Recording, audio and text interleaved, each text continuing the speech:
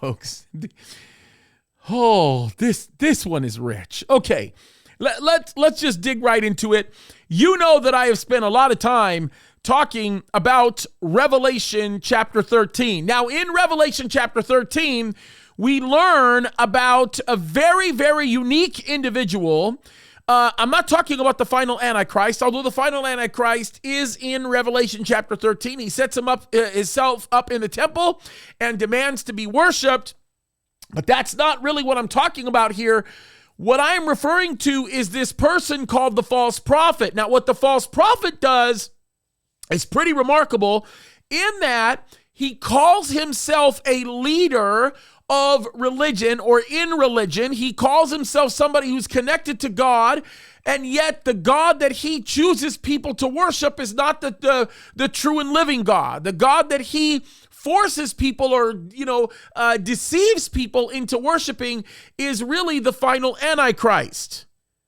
Now, the guy that I'm about to talk to, I think is going to be either a very, very good helper or maybe even a top lieutenant for this false prophet. He's a globalist. His name is Ed Stetzer. I don't think Ed's ever built a church a day in his life. I think the guy, all he does is tear down churches. That's what this guy does. That's the reality of this man. He is not a good guy. Now, Ed Stetzer has managed to put himself into another global community to, yes, ladies and gentlemen, come against Christians. To come against Christians. Folks, you're not going to believe this, but this guy joined the Council on Foreign Relations to deal with what he calls conspiracy theories in the church. He's making an issue of the 2020 election. He's making an issue of all kinds of other things that he says the church is sort of in the middle of, and the church is sort of, spewing out a bunch of conspiracy theories. And in essence, what he is doing is he is pointing out members of the church, the true church, the real church, that are taking a stand for righteousness, and he is seeking to make them look crazy and infiltrate the global community so that he can actually be the leading voice on how to pretty much throw the real church away. It's amazing what this guy is doing. It's amazing the kind of nonsense that he continues to be yielded to. By the way, he's a good friend of Brian Broderson. That's a whole other story. I'll just leave that alone.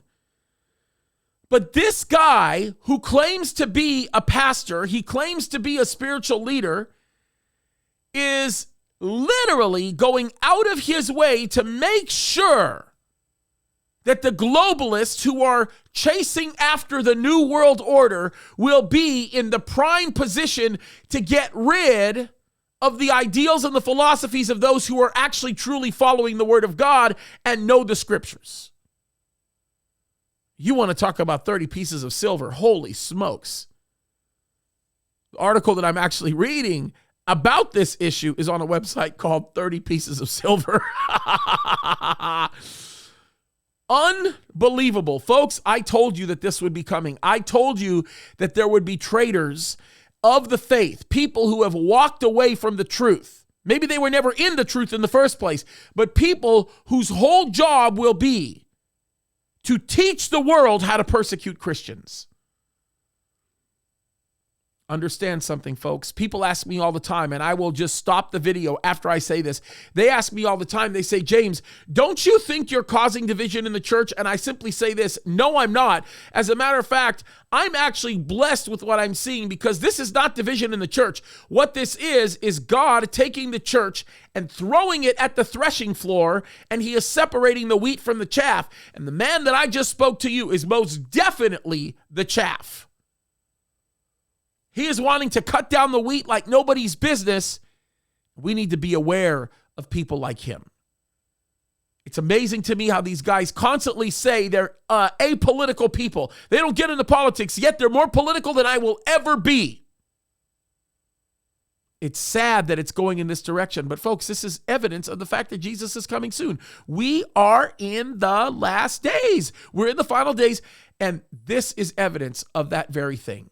Folks, keep your eyes open. Keep your heads up. And whatever you do, stand for the truth. Do not let these lies continue to be communicated. Why? Because so much is at stake.